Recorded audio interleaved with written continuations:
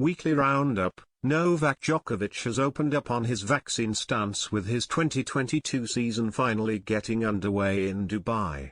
Emma Raducanu, Rafael Nadal and Andy Murray are also in action this week, while it was more success for Cameron Norrie last week in Delray Beach.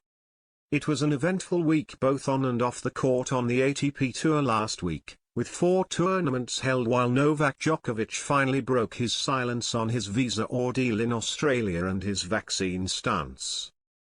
The world number one confirmed his beliefs were stronger than his desire to win the biggest titles, admitting he'd skip the likes of Wimbledon if vaccination was required. On the court, Andy Murray won just one game in his Doha second-round loss, while it was a different story for Britain's number one Cameron Norrie, who lifted his third title in Delray Beach.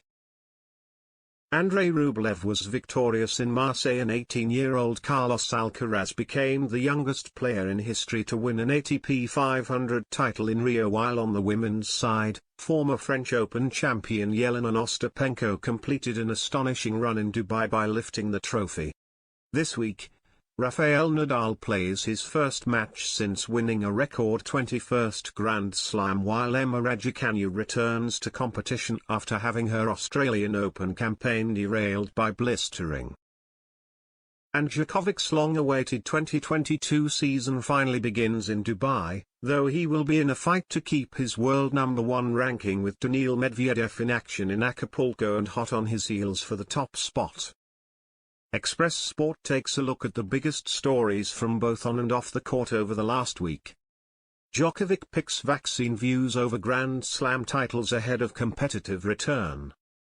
Djokovic's 2022 season finally gets underway on Monday in Dubai after he was forced to miss the Australian Open due to his vaccination status and views.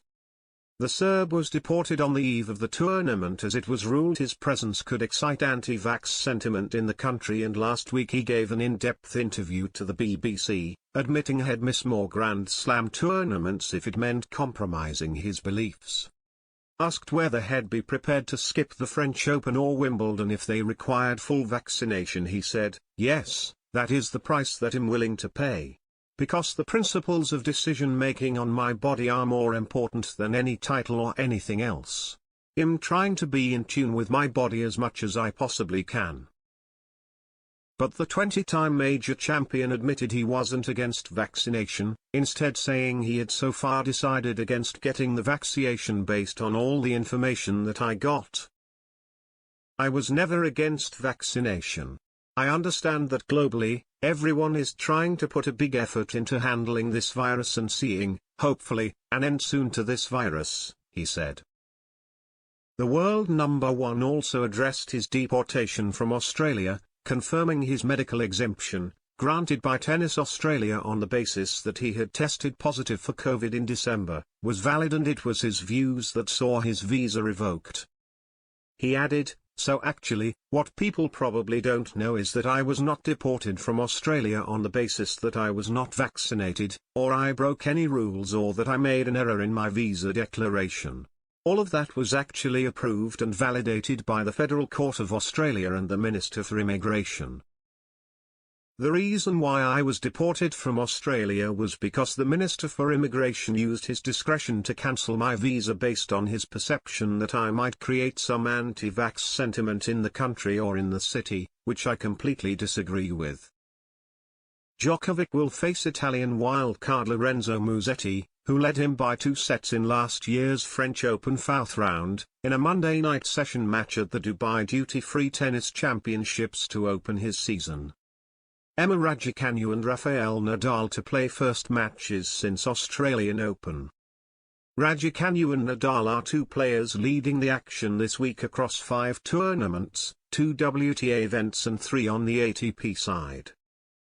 Both are playing in Mexico, with the young Brit playing the 250-point event in Guadalajara, where she opens against former world number 20 Daria Saville in what will be Raducanu's first match since she crashed out of the Aussie Open while suffering blistering in her round 2 match, leaving her unable to properly serve or hit forehands.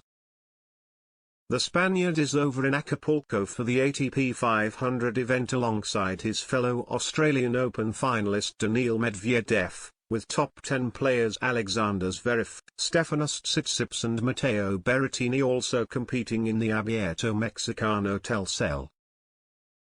Joining Djokovic in Dubai is Andy Murray, the 2017 champion, who will be hoping to bounce back from his 6-0 6-1 loss to Roberto Bautista Agut in Doha last week as he faces Aussie qualifier Christopher O'Connell in round 1. And it's the WTA players in Doha this week for a 1,000-point event with 7 of the world's top 10 in action, while the ATP 250 in Chile, headed by top seed Christian Garin, rounds off the stacked selection of tournaments this week.